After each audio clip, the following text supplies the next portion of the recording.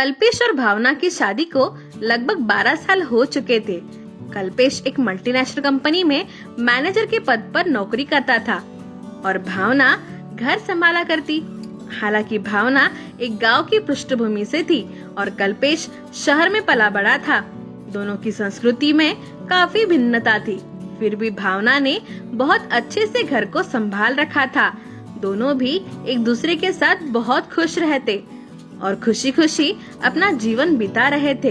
लेकिन कुछ महीनों से कल्पेश भावना को किसी बात के लिए चिंतित रहने लगा और चिंता का विषय ये था कि भावना दिन ब दिन अपनी सुनने की क्षमता खो रही थी। एक दिन की बात है जब कल्पेश सामने के कमरे में बैठा हुआ था और उसने भावना से एक कप चाय के लिए पूछा। भावना, जरा मेरे लिए एक कप चाय बना देना। भावना इस पर कुछ भी प्रतिक्रिया नहीं देती।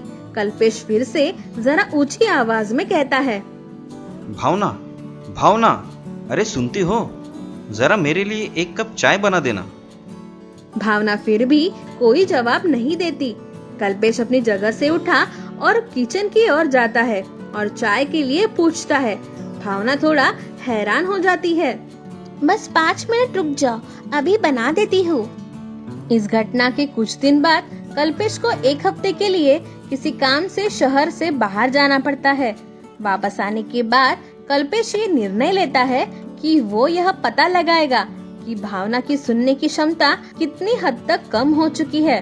कल्पेश ने भावना को डॉक्टर के पास ले जाने से पहले उसने इस विषय पर चर्चा करना ठीक समझा। उसकी सुनने की क्षमता किस हद तक कम हो चुकी है ये जानने का एक आसान तरीका डॉक्टर ने कल्पेश को बताया। डॉक्टर से मिलने के बाद कल्पेश सीधा घर पहुंचा और अंदर पहुंचते ही उसने भावना को आवाज लगाई।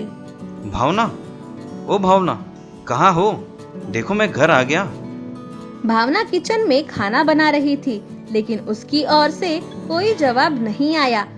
कल्पेश ने मुख्य दरवाजे पर आकर फिर से पूछा, भावना, आज खाने में क्या बनाया है? कल्पेश एकदम हैरान रह गया।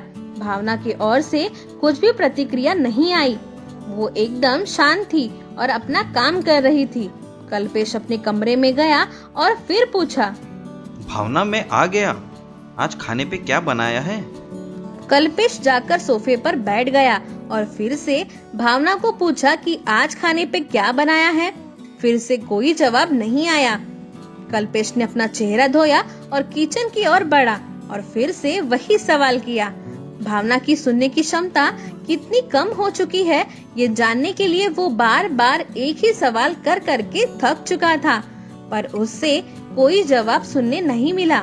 इसके बाद कल्पेश सीधा किचन में गया और भावना से पूछा, भावना, आज खाने पे क्या बनाया है? भावना एकदम गुस्सा होके बोली, कल्पेश, अभी तक मैं तुम्हें 8 से 10 बार बता चुकी हूँ कि आज राजमा चावल बनाया है। क्या तुम्हें सुनाई नहीं देता?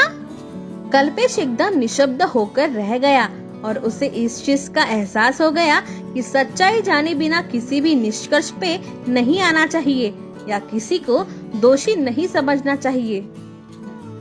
तो दोस्तों, आपको ये कहानी कैसी लगी ये हमें कमेंट बॉक्स में कमेंट करके जरूर बताएं। और हाँ, हमारे चैनल को लाइक, शेयर और सब्सक्राइब करना ना भूले। तो चलिए दोस्तों, अगली बार फिर मिलते हैं एक और नई कहानी के साथ। तब तक के लिए goodbye. Stay home, stay safe.